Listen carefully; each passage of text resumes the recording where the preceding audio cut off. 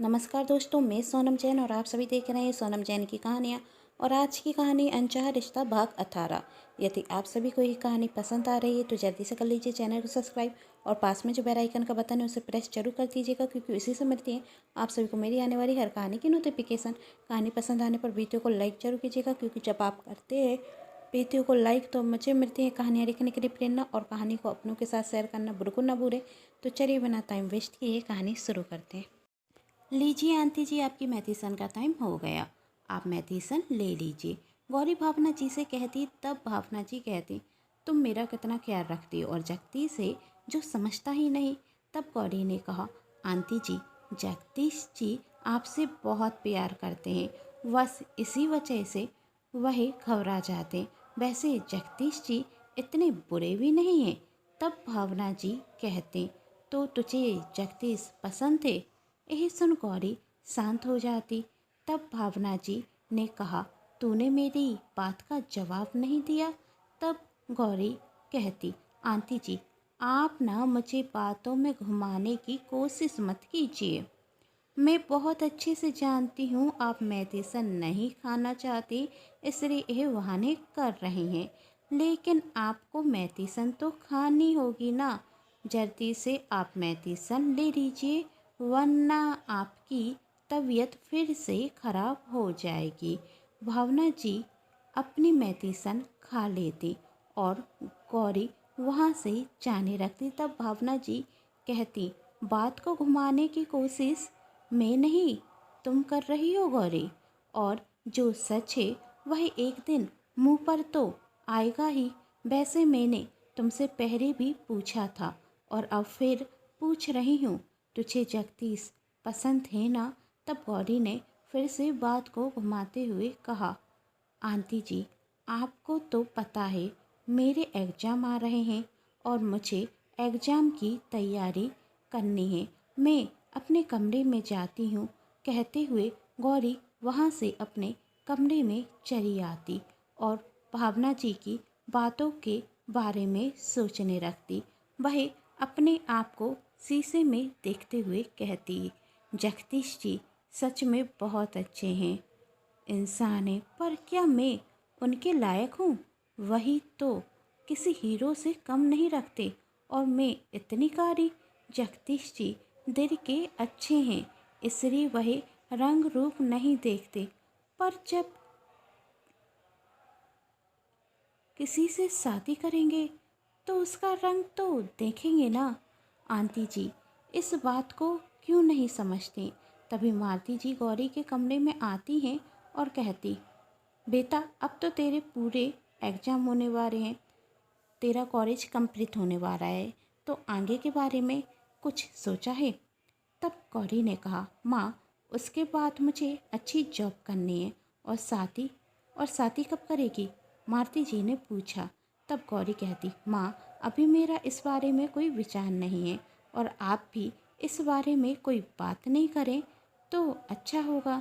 तब मालती जी ने कहा, बेटा आज नहीं तो कल शादी तो करनी है, और मुझे लगता है कि शादी सही उम्र में हो जाए तो सही रहता है, और तेरी शादी की उम्र हो चुकी है, तो ठीक है माँ, आप लड़का देखना शुरू कर दीजिए, मैं शादी कर लूँगी।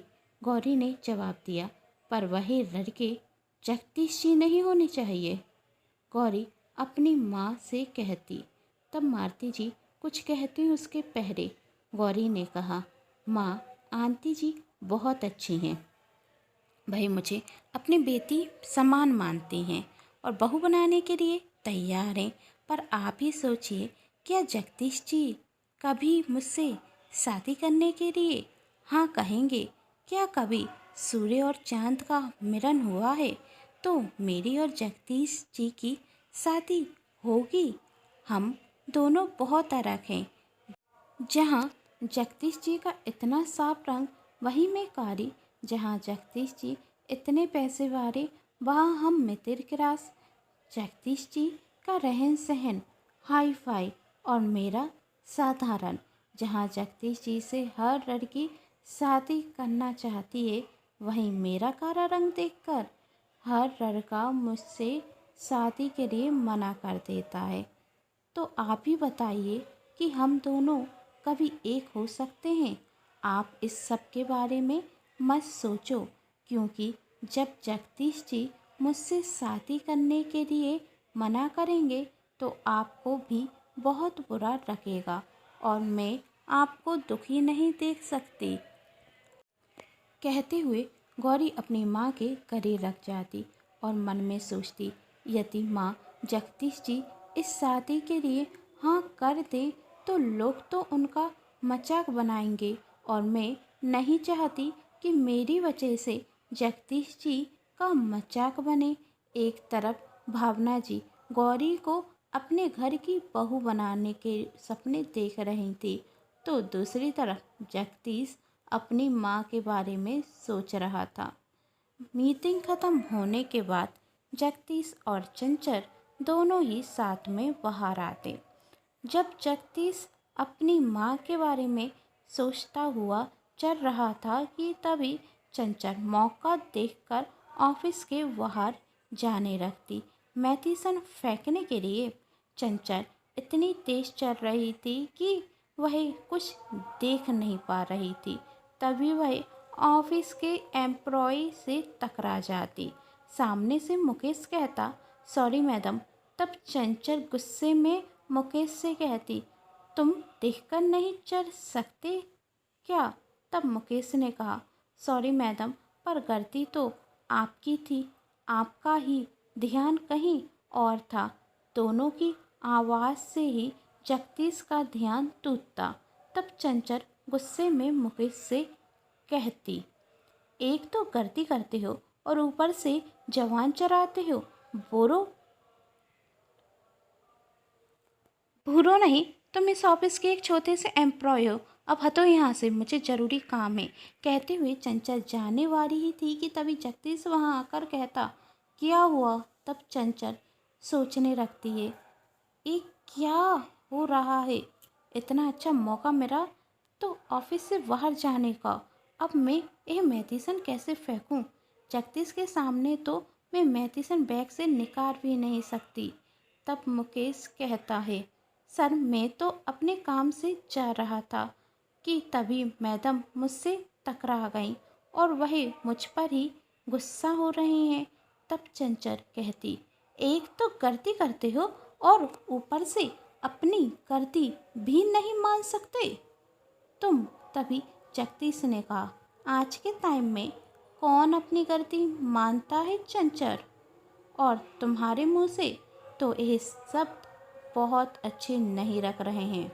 और मुकेश से कहता, अब जाकर अपना काम करो। मुकेश वहाँ से चला जाता और तभी जगदीश चंचल से कहता, अब बचा हुआ काम भी पूरा कर लें। कहते हुए जगदीश अपने कैबिन में चला जाता और चंचल मन में सोचती, उस गौरी की वजह से जगदीश ने इस दो कौड़ी के इंसान के सामने मेरी बेइज्जती कर दी। यह सब कुछ गौरी की वजह से हो रहा है। जब तक यह गौरी जगदीश की ज़िंदगी में रहेगी तब तक यही सब कुछ होता रहेगा। अब मुझे कुछ ऐसा करना होगा कि गौरी जगदीश की ज़िंदगी से बाहर हो जाए, लेकिन उसके पहले मुझे अपने बैग में से मैथिसन फेंकनी होगी। सोचते हुए चंचल मैथिसन फेंकने जाने लगती। तभी चंचल के पास जगदीश का फ़ोन आता और जगदीश चंचल से कहता, कहाँ हो तुम? कहाँ रुक गई तुम्हारा ध्यान कहाँ है? आजकल मीटिंग में भी तुम्हारा ध्यान नहीं था और अब तुमसे मैंने कहा ना कि काम पूरा करते, मुझे घर पर जल्दी जाना है। हाँ जगदीश, मैं आती हूँ। कहते हुए चंचल जगदीश के केबिन में चली जाती। चंचल का ध्यान सिर्फ अपने बैग पर था, जिस वजह से यदि जगदीश चंचल से कुछ कहता तो चंचल जगदीश की बात पर ध्यान नहीं करती और कोई जवाब नहीं देती, जिस कारण जगदीश का गुस्सा चंचल पर बढ़ता जा रहा था। थोड़ी देर में काम पूरा होने के बाद जगदीश चंचल से कहता, अब मैं घर पर जा रहा हूँ। तुम एक और बार चेक कर लेना ध्यान से। कहते हुए जगदीश जाने लगता कि तभी चंचल कहती है, जगदीश मैं भी अपना काम पूरा कर कर आती हूँ। तभी जगदीश कहता, उसकी कोई ज़रूरत नहीं है, घर पर माँ का ख्याल रखने के लिए मैं हूँ और गौरी है, और तुम्हारा ध्यान रखना तो मैं बहुत अच्छे से देख चुका हूँ। तुम काम कर कर अपने घर जा सकती हो, और मुझे लगता है कि तुम्हें रेस्ट की ज़्यादा ज़रूरत है, तो घर पर जाकर अच्छे से रेस्ट कर लेना, जिससे तुम्हारा काम में मन लगा रहे।